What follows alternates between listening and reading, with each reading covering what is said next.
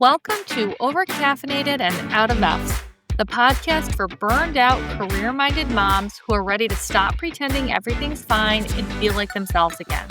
I'm your host, Christy Gamir, burnout coach for moms, licensed therapist, and mom of two. And I'm here to help you reclaim your energy, your identity, and your peace of mind. Whether you're lying awake thinking about the 87 things you didn't get done, or silently resenting the people you love most, this is your space to feel seen, supported, and not so alone. So grab your coffee, hot, cold, or day old, and let's get into it.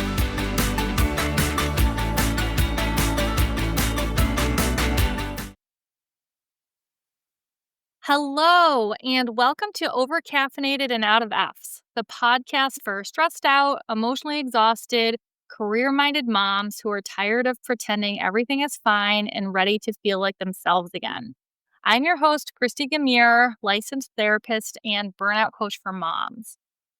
In today's episode, I'd like to welcome our guest, Lisa Hazemer. Lisa is a licensed therapist in Michigan and an energetic business consultant that helps her clients develop financially, emotionally, and spiritually fulfilling businesses.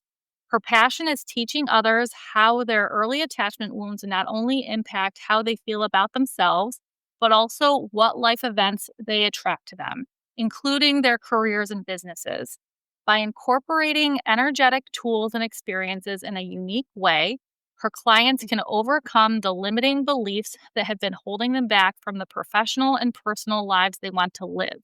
With self-doubt and burnout obstacles out of the way, they can successfully shift their career or business path to create the finances and freedom that makes their hearts sing. So I have invited Lisa here today specifically because she's going to talk a little bit about her work with the IFS, or the Internal Family Systems model of therapy, and how it relates specifically to overcoming burnout for all you working moms out there. Specifically, the idea that to heal burnout, we need to be honest about parts and then recognize how we are unintentionally attracting or manifesting more of the same things that are burning us out. So, welcome, Lisa. Thank you so much for being here. Thank you so much for having me. I know that's quite a mouthful I gave you there. Yeah, no, but this is great. I think that it's always so great when the listeners can, understand who's speaking. And I think that you are going to bring some really great things to the table. I'm super excited about our conversation today. And with that in mind, do you want to maybe just start off by telling us a little bit about your story and, how you got into this work? Sure. So I've been a licensed therapist for like 20, coming up on 26 years, believe it or not. Worked in a bunch of different you know, types of agencies and whatnot, and then started private practice. Um,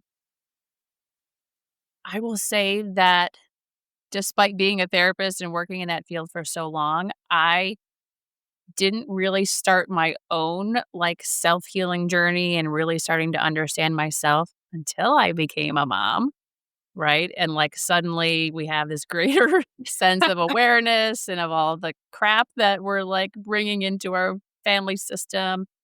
Um and so that was when I started really starting to look at myself, really starting to over time get curious about my personal sense of spirituality, which to me is very different than religion. Um, and that just led me on this self-healing journey of my own therapy, but also just kind of this spiritual and energetic exploration. And then the pandemic hit. Mhm. And Mhm. it's interesting because prior to the pandemic, I don't think I was at burnout yet, but I was starting to have this inkling of I kind of want something more. I don't know what it is. I kind of want to teach, but I don't want to teach at a college or something like that. That sounds, I don't want to deal with red tape and stuff like that. I want to teach on these kind of weird, interesting subjects. And I want more time. I want more freedom. I want more fun people, whatever. And I was kind of just brainstorming. And then the pandemic hit. And through a very interesting series of events, I got an email delivered to my email box from somebody's list that I had gotten on that said, "Have you ever thought about creating an online course?" And I was like, "Huh, well, no, I have not." But it, like, checked so many of the boxes that I was looking for, like, 6 months before. And so at that point, like, "Oh, okay, I'm gonna start, like, creating online content and creating an online course." And I really just not let go of that ever since. So I'm kind of always doing both things, always doing the therapy stuff, but then also figuring out, um, new ways to bring information to people who maybe aren't necessarily needing therapy, but always looking to grow and understand themselves and work on things like burnout, right? Mhm. I always say, Yeah. like, there's not like a diagnosis for burnout, so not everyone, therapy is not the right thing for everybody all the time. Yeah, no, and I absolutely agree with you. I mean, similar to you, I mean, I made some similar decisions with my career path, but the reality is that coaching and therapy are different, and coaching and consulting can be great ways, to really reach out and try to help other people in ways that maybe maybe if they're maybe like a mental health diagnosis isn't necessarily going to apply and things like that, but they're still needing help and they're still needing support. So I'm so glad that you found that for yourself. Yeah. You too, I'm glad. Glad for lots of us. Thank you. So I know you had mentioned that you really do a lot of work, specifically around, IFS with therapy. And, you know, you had talked a little bit about burnout being connected to this parts work. And for those people who maybe aren't familiar or who really haven't heard of this before, I'm wondering if you can just explain a little bit about what that means and how moms can recognize when different parts of them are in conflict, and then even more specifically, how it might show up or apply to burnout. Yeah, absolutely. So the way that I try to nutshell Mhm. parts work or IFS, which they might hate me for explaining it this way, but it's the way that, like, I feel like makes sense, is lots of us, I think, are familiar with the Inside Out movies, right? They had the first one, which I loved, and then they came out with the second one, and I was like, "Oh my god, this one is extra awesome." So in those, Disney Pixar movies, it's the girl, and she has these little people inside her head, all of her different emotions, and we really start to appreciate how each of those little people inside her head are all trying to help her, right? And they're just going about it in very different ways from each other, but they all have her best interests in mind. So I like to think about IFS or parts work as kind of like that, except unlike the movie, we can actually connect with and kind of have a conversation with each of our little parts. And it doesn't mean we have multiple personalities. It doesn't mean we're crazy. We're just like tuning into these different aspects of ourselves. Um, and so in the movies, there's like sadness and there's anger and anxiety. Um, in IFS, or when we think about parts work, there's way more than those, right? So yes, we have those parts, but um when I think about moms and burnout Mhm. and things like that, I'm like, we might have parts in us that carry a belief that says, I have to do everything perfectly. Otherwise, the whole world's going to fall apart. We might have a part in us that says, I have to keep everybody happy all of the time. Mhm. Um, we might have a part that says, God, no matter what I do, like, it's just not ever good enough. Like, how come I'm never good enough? We might have a part that says, no matter if I'm in my family or I'm at my workplace, like, God, why do I always feel alone? I'm always alone. Why am I the only one that ever hears whatever? So each of those we can look at as parts in us that chances are we kind of developed or adopted, if you will, probably at a young age. It just looked different when we were young. Um, but they just, again, kind of like similar to the movie, they're all trying to help us. They all are trying to help us figure out how to get through life. They just don't always agree what the right way is. Uh-huh. And it, you know, I often feel like it only halfway works, right? So if I have a perfectionist part, I can sometimes do things really, really well and maybe almost perfectly, and it kind of works until the next time when it doesn't. And then so none of our parts are going to work all of the time for us. But when we are feeling really stressed out, or God help us if we get all the way to the point of feeling some burnout, the I think one of the best things we can do is to get clear on what part of me is working extra right now, what part of me is kind of working overtime.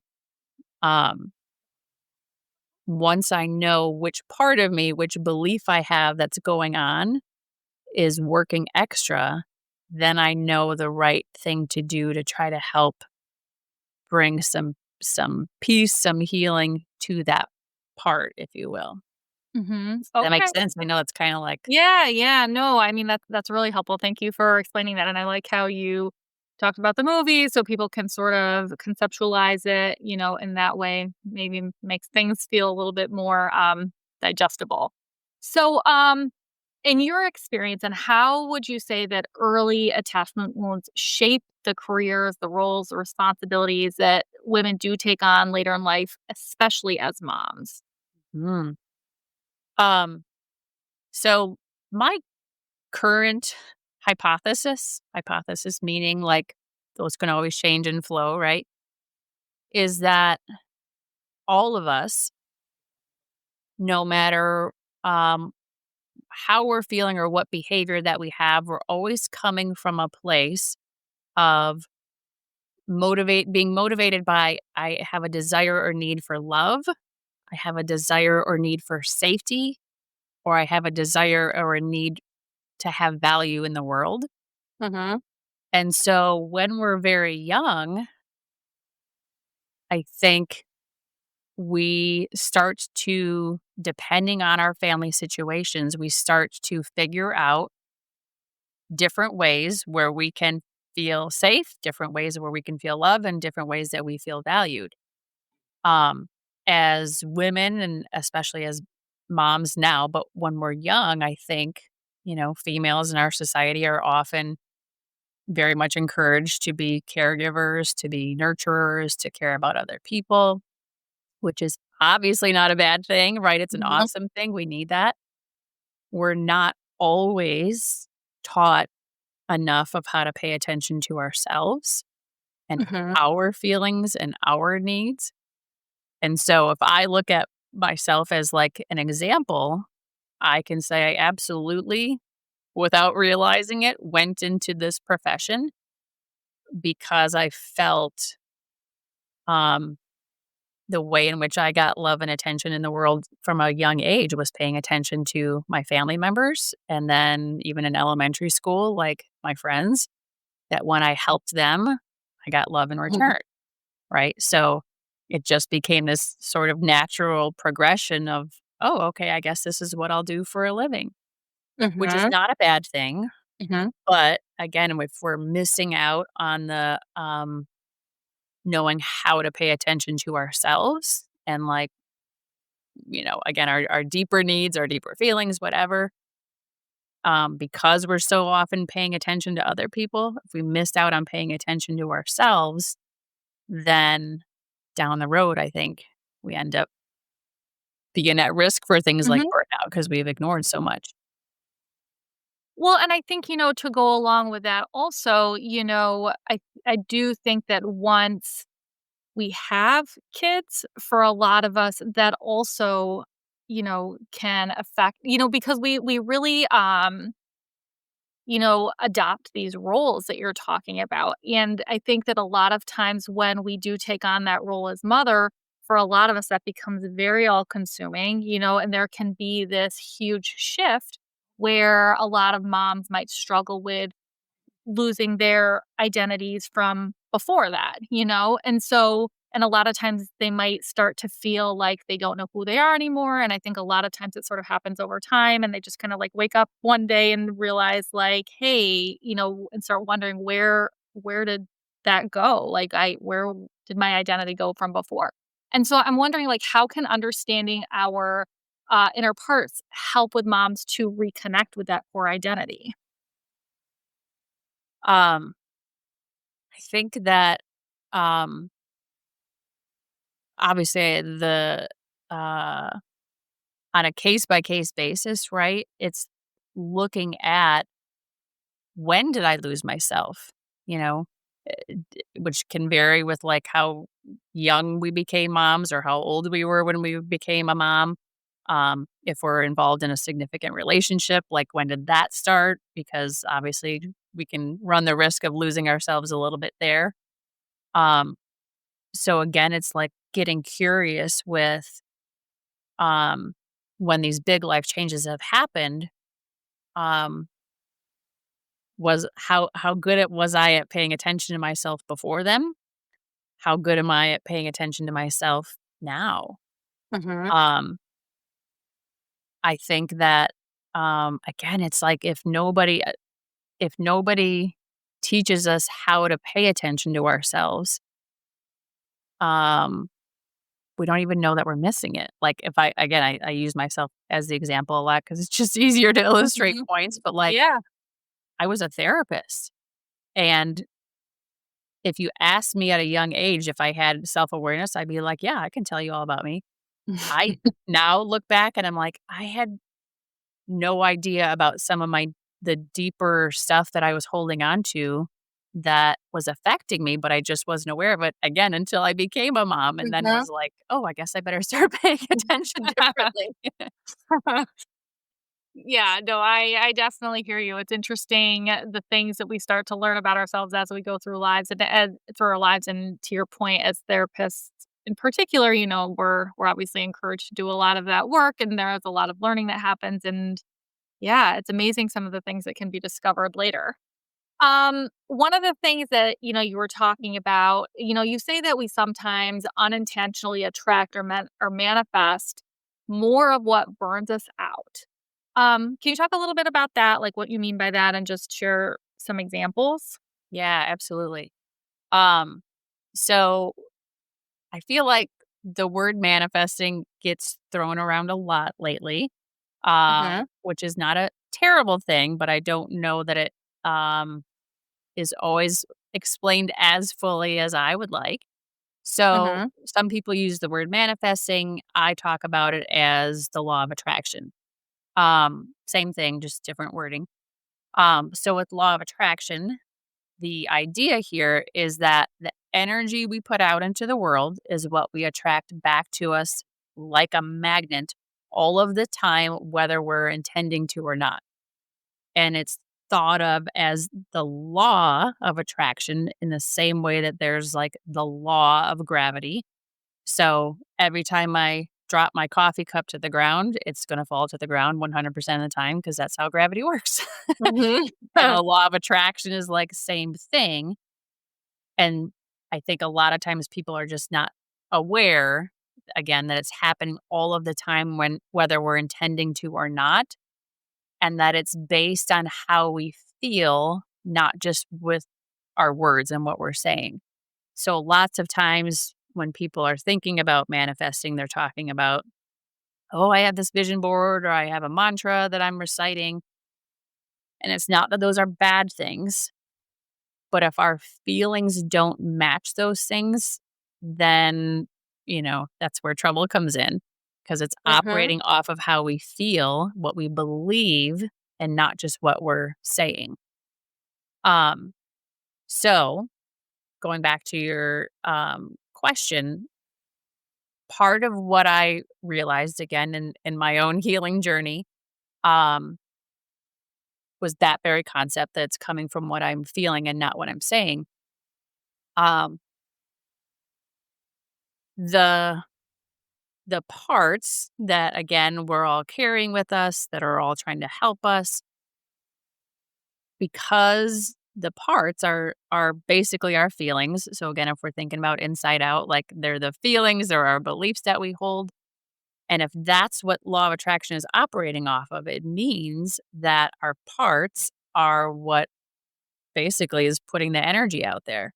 Mhm. Um, the tricky thing, or one of the tricky things, is a lot of times, again, we're not necessarily aware of our parts if we've not been taught how to, but also those early attachment experiences that we've had, we don't always realize the impact that they have on us, especially if there's not been something like horrific that's happened.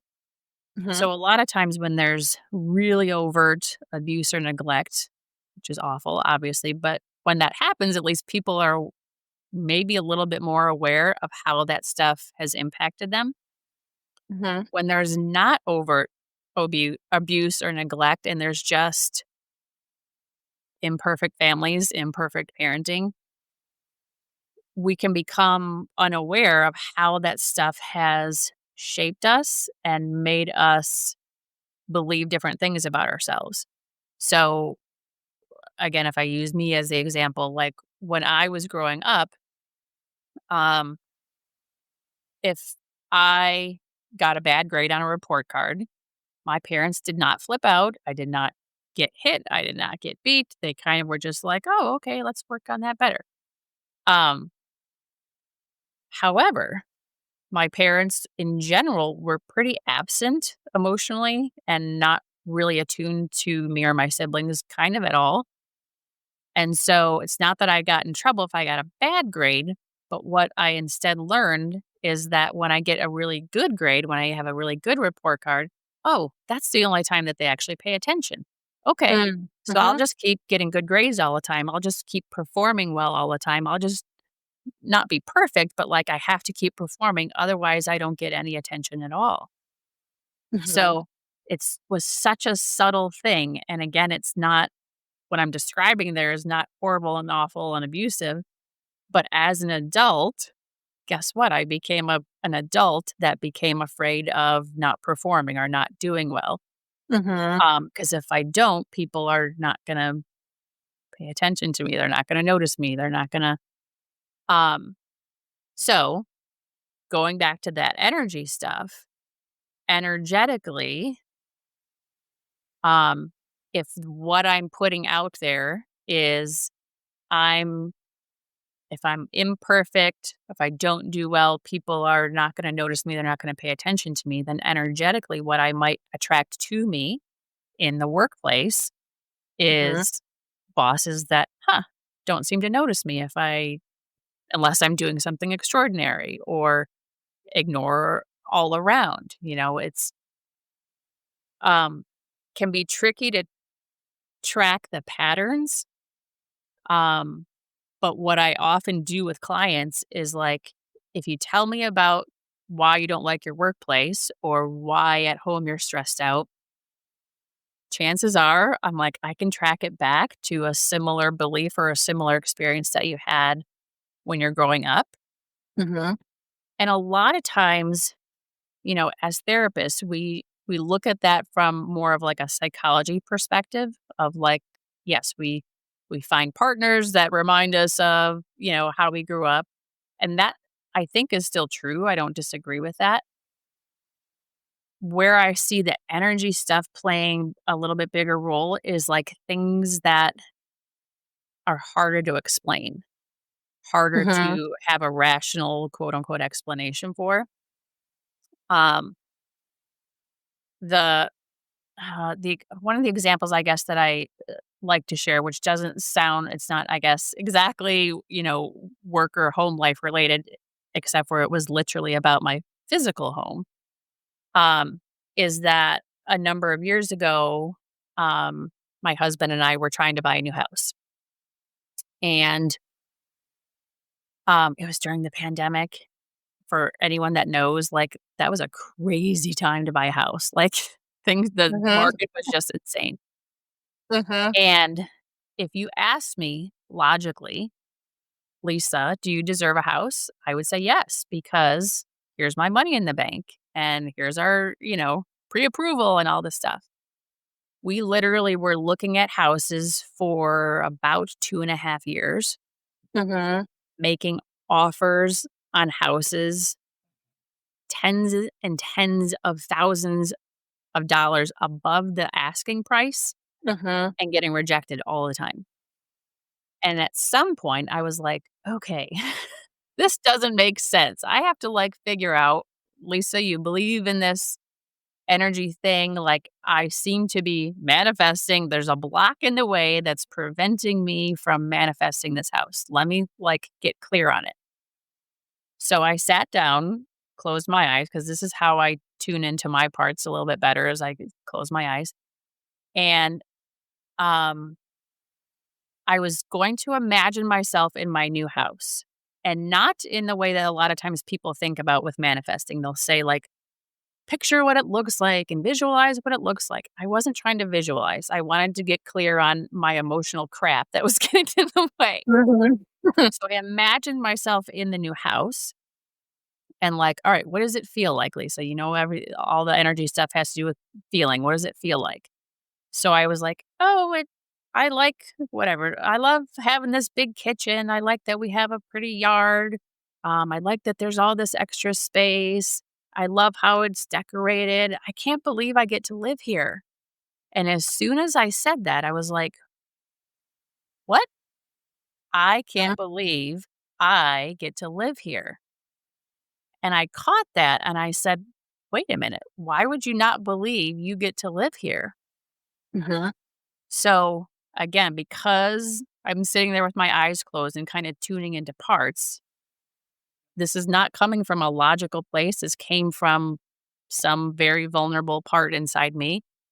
The moment I said, "Wait a minute, why would you believe you don't get to live here?"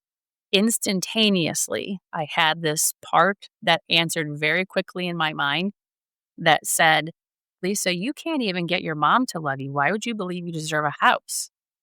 And Mm. as soon Oh. as I said that, I was like, Mhm. "Holy shit, what?" Mhm. And I just started crying, but allowing myself to cry because this part believed that. This part in me believed that I don't deserve good things. Because Lisa, you get what you need, you don't get extra. You have a Mhm. house, you don't get to have an extra nice house, because that's what that part of me learned growing up. I had my needs met. I'm not allowed to ask for extra. I'm not allowed to ask for what I desire. So just Well, so I'm just sit. curious, yeah. Yeah, I mean, it sounds like you had this, this discovery, and I imagine that you said 2.5 years, so you eventually did move into a house. I'm curious, once you had that realization, how did you then use that knowledge and insight? Like, what did you then do differently to help you then Yeah.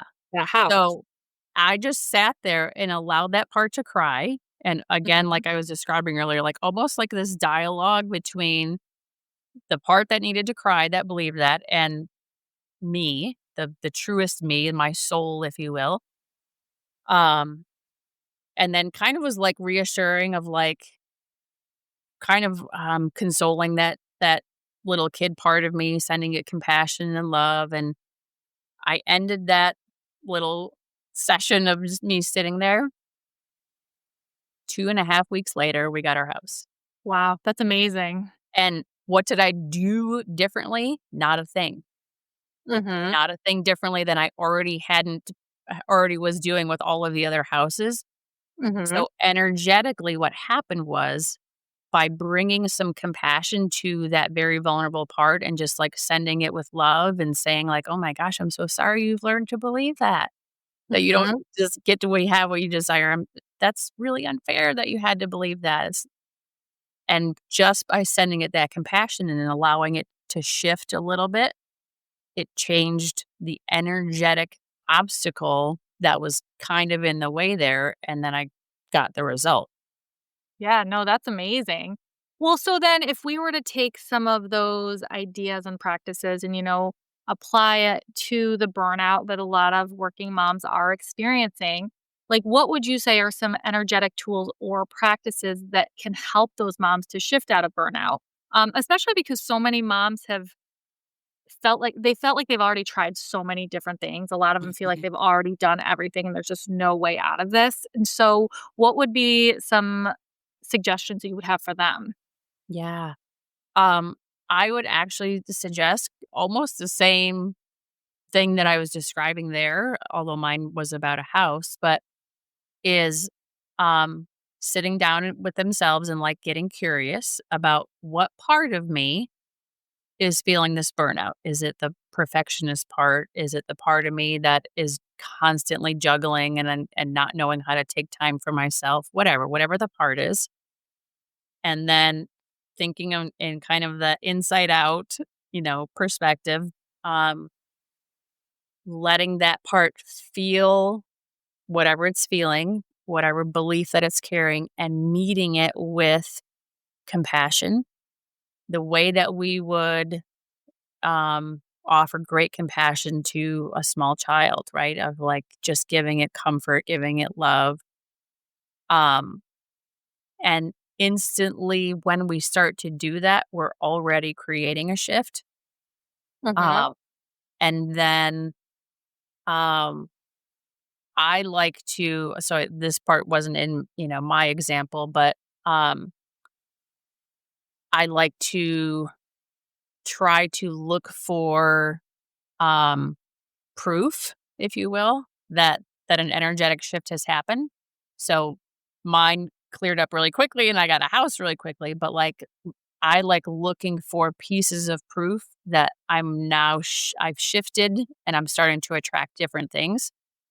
So if the cause of somebody's burnout is, they're working 80 hours a week and, trying to do the mom stuff as well, it doesn't mean that all of a sudden, like, Mary Poppins is gonna show up on their doorstep and, like, take care of all the house stuff, but of getting them to get curious about watching for your husband suddenly doing the dishes even though it's not his day, watching for Sally at work volunteering to take something off of your plate, off your task list that, like, wouldn't normally happen, so it's, like, watching Mhm. for the smaller things, because each time we're noticing the smaller things, we're kind of building the momentum, if you will, so it's like a snowball rolling down the hill, but in a really good way. Yeah. So if we watch this for the smaller pieces of evidence, it kind of creates this proof of like, "Oh, okay, so the more I show up with compassion, the more things actually start to unfold in a better way that it feels easier and better to me." Well, and it sounds like then once you see that evidence, again, proof that this is working, right? And then it sounds like you talk about building momentum, but it sounds like sort of gives everybody that, encouragement to keep going with it, right? And so I'm Yeah. guessing that's how it turns into that snowball. Yeah, because once you see it slowly starting to work, you're gonna get even more incentive of like, "Oh, yeah, I really do need to, like, prioritize tuning into me," which I know is so, so hard for moms, right? Again, because 'cause we're, like, doing all the juggling. It feels like a luxury Mhm. sometimes to, like, create time to really pay attention to ourselves, and I'm like, "Oh, please don't make it a luxury." Like, it's so, Mhm. so, so necessary to do it really for the good of all, but, like, mostly because we deserve it. Yeah. Well, and I'm curious, I'm listening to you talk about things like perfectionism and, these other things. What are your thoughts about self doubt? I know self doubt is something that so many moms struggle with, especially because of this tendency to compare, with social media. We're just, there- I feel like self doubt comes up a lot for working moms. And so, what role would you say? What do you think the role is that it plays in keeping moms stuck in that burnout? And then how can they start to energetically release that? Ugh, self-doubt. Ugh. Yeah. Self-doubt, I feel like, is actually in a weird way, I feel like it's actually at the root of perfectionism, people pleasing, like, it's at Mhm. the root of all those other things, Yeah. because to me, what self-doubt says is who I am is actually not good enough. And Mhm. so I'll either be perfect to combat that or I'll please everybody to combat that. Um, so I think that that's the root of everything. Um, but coming back to your question of like, so what do we do about it? Um, Mhm. I think that again, it's the looking at um, where did I start believing that who I am isn't good enough? Where did I Mhm. start believing that if I do something wrong, it means something bad about me as a person? Mhm. Because I feel like that's the kind of stuff that, like, when we're in a job where we're really getting burned out at, that self doubt is the thing that's keeping us from asking for a raise or from setting different boundaries with ourselves at work and with our coworkers and whatever, right? The self-doubt is saying, "Don't set boundaries because you're gonna get fired. Don't set boundaries because Mhm. people are gonna get mad at you. We're not allowed to have people mad at us." So, it's the like, getting really clear on where did I believe that if I set a boundary Mhm. and people get mad at me, that that's not tolerable. People might get mad at me, Mhm. but why is it not tolerable to me? Well, and it sounds like, a lot of self exploration, just really sort of sitting with all of this and to try to identify, more specifically what's going on and what's leading towards some of these things is going to be really the key to all of this. But I'm curious for people who um, are trying to, are maybe still having a bit of a harder time really understanding or not entirely sure like where to start. I'm curious if you can share an example of like a very just simple technique, very simple mindset shift, something like that that moms could try today if they wanted to start shifting their energy around burnout. Mhm. Um, and without me trying to, like, sound redundant, but because I totally hear your question. Mhm. What I have found both for myself and when I do this with clients, whether it's therapy clients or coaching clients, um, if somebody has not experienced this themselves, they're gonna think I'm making shit up, and I'm not. But, like, for somebody that's listening right now, if they, in this moment, were to close their eyes for a second, because when our eyes are closed, we just tune into ourselves a little bit better. Um, if you thought about a thing that you are stressed out about today, right in this moment, and you just noticed that stress and you notice what it feels like in your body, maybe, or what it feels like emotionally, because maybe it feels like anxiety, maybe it feels like frustration, who knows? But just noticing what it feels like and then just saying, this stress, this anxiety, this frustration is allowed to be here right now. I'm allowing it to be here and I accept that it's here. It doesn't have to go away. It doesn't have to change. It doesn't have to do anything different. I'm just allowing it to be here and I'm meeting it with acceptance, maybe compassion. What I notice in myself and when I do it with other people is that the minute that happens, much of the time, not 100%, as soon as we accept that it's here and we are honestly allowing it to be here for a minute, people will often say, like, "Ooh, I just like melted a little bit." Like they notice Mhm. a little tiny bit of instant relief. Mhm. That's a shift. So, Mhm. like, I know that it is hard and as moms, we feel like I've tried everything. I've done this, this, this. There's something different that happens when we just, for 20 seconds, show up for a part of us and just let it be there and not pushing against it. Mhm. Sometimes we do have other parts that do want to push against it. And like, I get that that Mhm. happens a lot of times too.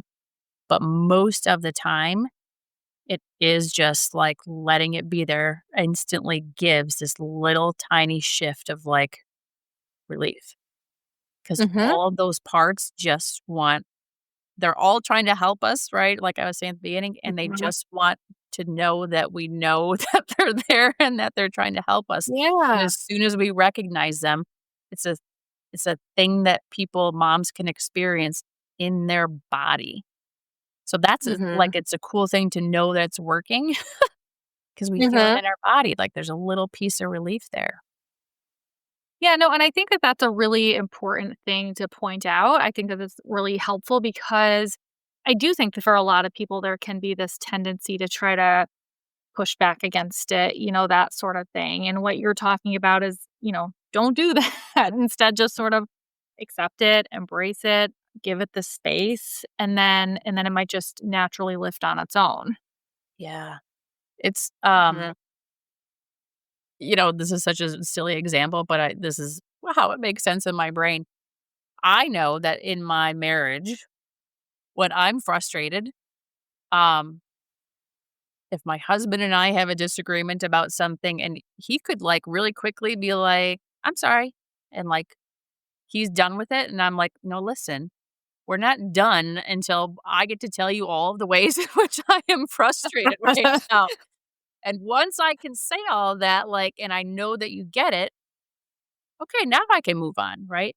So it's Mhm. kind of like that of like our parts, if we try to brush them off or we try to shush them, even if we're doing it nicely, they are not going to go away. They're maybe going to get louder. And so it's like, if just like with me and my husband, like if we just give them the space to say what they need to say and they feel heard and understood, they're like, okay, I just needed to know that you got that. And they're willing to let it Yeah, go a little bit yeah. better. Yeah, no, that makes sense. And so, I'm gonna shift just a little bit. I wanted to ask you a little bit about, I know with your work in particular, you help people, with their businesses. You help clients develop. You had said financially, emotionally, and spiritually fulfilling businesses. A lot of moms feel burned out and they feel fulfilled at the same time. They feel fulfilled in their roles as moms. They feel fulfilled in their job and their careers, but that's not always the case, right? And so I'm curious, like, what advice do you have for moms who are feeling burned out, but also they're feeling unfulfilled in their work? Mm. Yeah. Again, I'm like, curiosity of like, are you unfulfilled in your work because you chose the wrong career path? Mhm.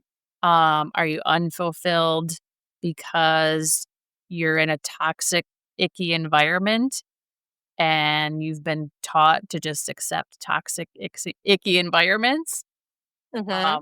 Are you just looking for change and like you want something new that like sparks you? Right? So again, it's like leading with curiosity, but what part of you is feeling burned out? Is it the part that is lacking creativity? Is it the part Mhm. that um, believes she's just supposed to exist in a toxic environment? Is it the part that's like, oh, I just picked the whole wrong career field. I hate this work. Mhm. Right. And it's Yeah. just allowing those parts to have permission to say, I actually hate my job.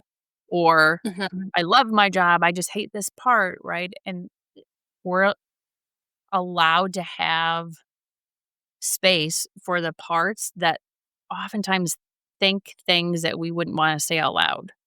Mhm. Parts are in there and they still think those things, right? They can think like, "I know I'm a teacher and I'm supposed to love kids, but I've actually discovered I hate kids. I don't wanna be with them." Right?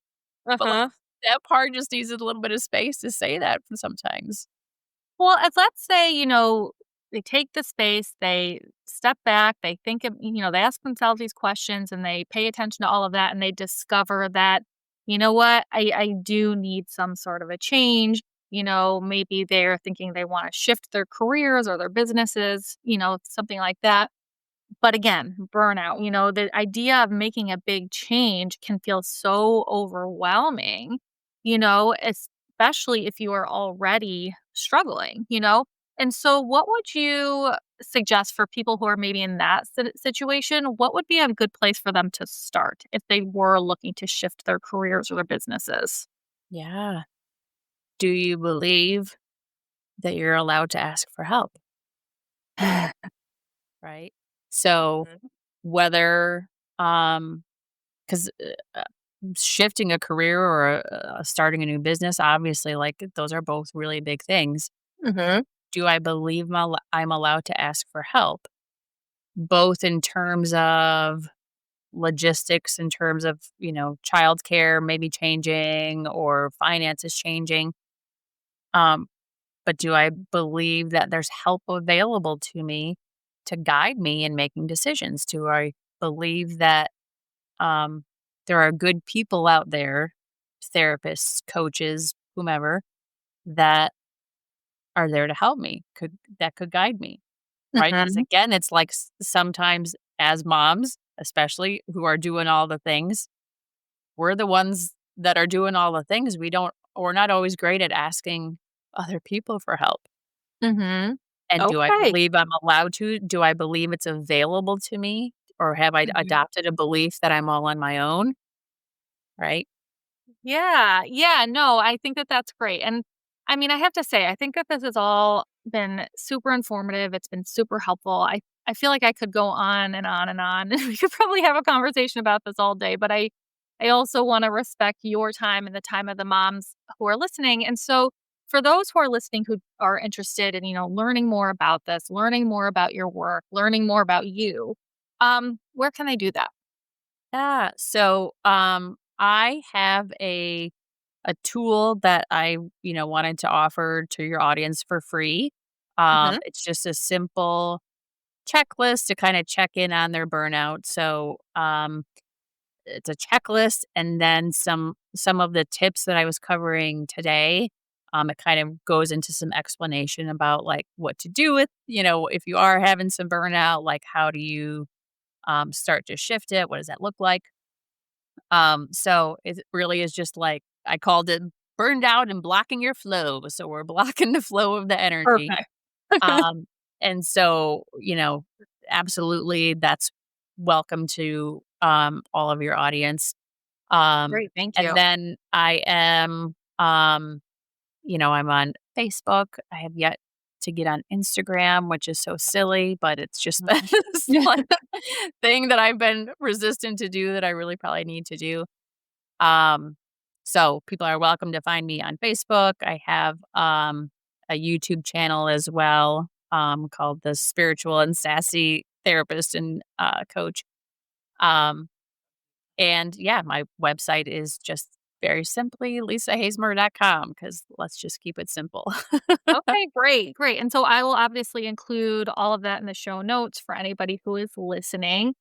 And then I will also include the link to that checklist. And thank you so much for doing that. I think that's above and beyond. We appreciate it. Um, yeah, and so before we go, before we wrap up for today, what is one final thing that you wish every burned out working mom knew about herself and her potential to heal from this? Hmm. I'm like really pausing in your question of that. I'm like really feeling into it because it feels like such an important question. Um, I think it's such a basic thing, but of saying you are deserving and worthy of feeling better and of having more balance and of receiving and not only giving. Okay, perfect. That's so wonderful. Well, thank you again so much for being here. We really, really appreciate it. I really, feel honored that you took time out of your day to come here and talk to me about this. For the moms who are listening, if this episode was especially helpful or if it resonates with you, I please encourage you to share it with other moms. There are so many of you out there, trying to get to as many and help as many as possible. And then you can also follow Lisa and her work. Again, I'll put that information in the show notes as always. And I'm also here to support you, and you can find my information there as well. And just, final note, I just always want you to remember mommying is hard. It is super hard. You are all doing great. I know sometimes some days are harder than others, but really you are all doing great. And I hope you have a great day, and I hope you all plan to listen next week.